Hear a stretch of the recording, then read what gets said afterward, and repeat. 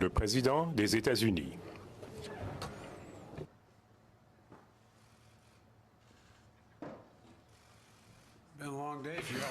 Vous avez passé une longue journée.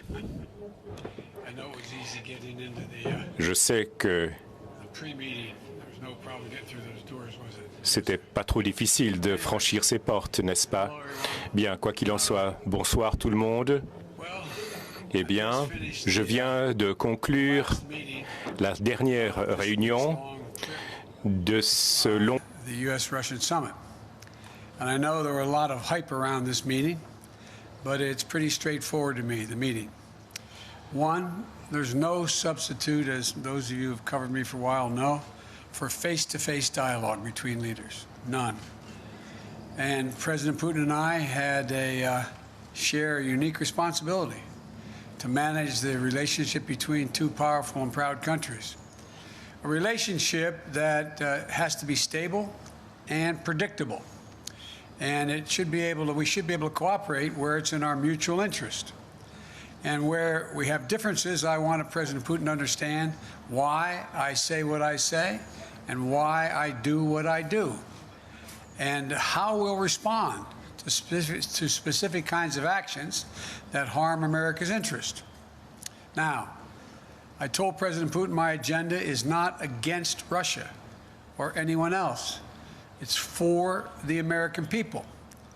Fighting COVID-19, rebuilding our economy, reestablishing relationships around the world with our allies and friends, and protecting the American people. That's my responsibility as president. I also told him that no president of the United States could keep faith with the American people if they did not speak out to defend our democratic values, to stand up for the universal and fundamental freedoms that all men and women have, in our view. That's just part of the DNA of our country. So human rights is going to always be on the table, I told him. It's not about just going after Russia when they violate human rights. It's about who we are. How could I be the President of the United States of America and not speak out against the violation of human rights? I told him that unlike other countries, including Russia, we're uniquely a product of an idea. You've heard me say this before again and again, but I'm going to keep saying it. What's that idea? We don't derive our rights from the government. We possess them because we're born, period. And we yield them to a government. And so the forum, I pointed out to him that that's why we're going to raise our concerns about cases like Alexei Navalny.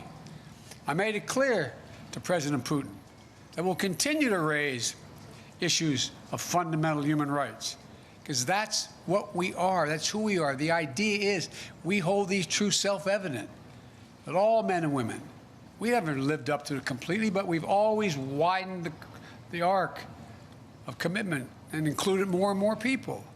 And I raised the case of two wrongfully imprisoned American citizens, Paul Whelan and Trevor Reed.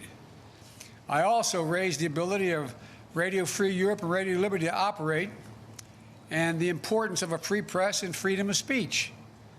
I made it clear that we will not tolerate attempts to violate our democratic sovereignty or destabilize our democratic elections, and we would respond. The bottom line is, I told President Putin that we need to have some basic rules of the road that we can all abide by. I also said there are areas where there's a mutual interest for us to cooperate. For our people, Russian and American people, but also for the benefit of the world and the security of the world. One of those areas is strategic stability. You asked me many times, what was I going to discuss with Putin before I came? I told you I only negotiate with the individual, and now I can tell you what I was intending to do all along. And that is to discuss and raise the issue of strategic stability and try to set up a mechanism whereby we dealt with it. We discussed in detail the next steps our country should take on arms control measures, the steps we need to take to reduce the risk of unintended conflict. And I'm pleased that you agreed today to launch a bilateral strategic stability dialogue. Diplomatic speak for saying, get our military experts and our diplomats together to work on a mechanism that can lead to control of new and dangerous and sophisticated weapons that are coming on the scene now, that reduce the times of response, that raise the prospects of accidental war. And we went into some detail of what those weapon systems were. Another area we spent a great deal of time on was cyber and cybersecurity. I talked about the proposition that certain critical infrastructure should be off limits to attack, period, by cyber or any other means. I gave them a list. If I'm not mistaken, I don't have it in front of me, 16 specific entities, 16 defined as critical infrastructure under U.S. policy, from the energy sector to our water systems. Of course, the principle is one thing. It has to be backed up by practice.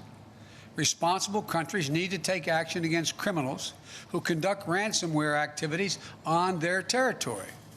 So we agreed to task experts in both our countries to work on specific understandings about what's off limits and to follow up on specific cases that originate in other countries, in either of our countries. There's a long list of other things we spent time on, from the urgent need to preserve and reopen the humanitarian corridors in Syria so that we can get food, just simple food and basic necessities, to people who are starving to death. How to build it and how it is in the interest of both Russia and the United States to ensure that Iran does not acquire nuclear weapons. We agreed to work together there because as much as Russia's interest is ours. And to how we can ensure the Arctic remains a region of cooperation rather than conflict. I caught part of President Putin's press conference, and he talked about the need for us to be able to have some kind of modus operandi where we dealt with making sure the Arctic was, in fact, a free zone. And to how we can each contribute to the shared effort of preventing the resurgence of terrorism in Afghanistan. It's very much in the interest of Russia not to have a resurgence of terrorism in Afghanistan. There are also areas that are more challenging. I communicated the United States' unwavering commitment to the sovereignty and territorial integrity of Ukraine. We agreed to pursue diplomacy related to the Minsk agreement. And I shared our concern about Belarus. He didn't disagree with what happened. He just has a different perspective of what to do about it. But I know you have a lot of questions, so let me close with this. It was important to meet in person, so there can be no mistake about or misrepresentations about what I wanted to communicate. I did what I came to do. Number one, identify areas of practical work our two countries can do to advance our mutual interest and also benefit the world. Two, communicate directly that the United States will respond to actions that impair our vital interest or those of our allies. And three, to clearly lay out our country's priorities and our values so we heard it straight from me. And I must tell you, the tone of the entire meetings, I guess it was a total of 4 hours, was good, positive. There wasn't any strident action taken. Where we disagreed, I disagreed, stated where it was. Where he disagreed, he stated. But it was not done in a hyperbolic atmosphere. That is too much of what's been going on.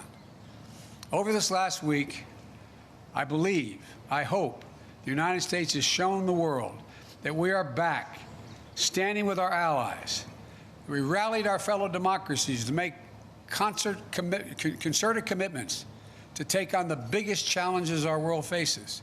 And now we've established a clear basis on how we intend to deal with Russia and the U.S.-Russian relationship. There's much more work ahead. I'm not suggesting that any of this is done. We've gotten a lot of business done on this trip. And before I take your questions, I want to say one last thing. Folks, look, this is about how we move from here. I listened to, again, a significant portion of what President Putin's press conference was.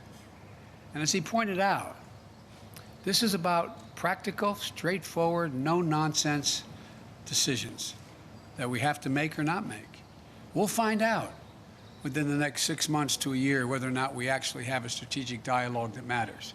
We'll find out whether we work to deal with everything from release of people in Russian prisons or not. We'll find out whether we have a cybersecurity arrangement that begins to bring some order. Because look, the countries that most are likely to be damaged, failure to do that, are the major countries. For example, when I talked about the pipeline that cyber hit for $5 million, that ransomware hit in the United States, I looked at him and I said, well, how would you feel if ransomware took on the pipelines from your oil fields? He said it would matter. This is not about just our self-interest. It's about a mutual self-interest. I'll take your questions, and as usual, folks, they gave me a list of the people I'm going to call on. So, Jonathan, Associated Press.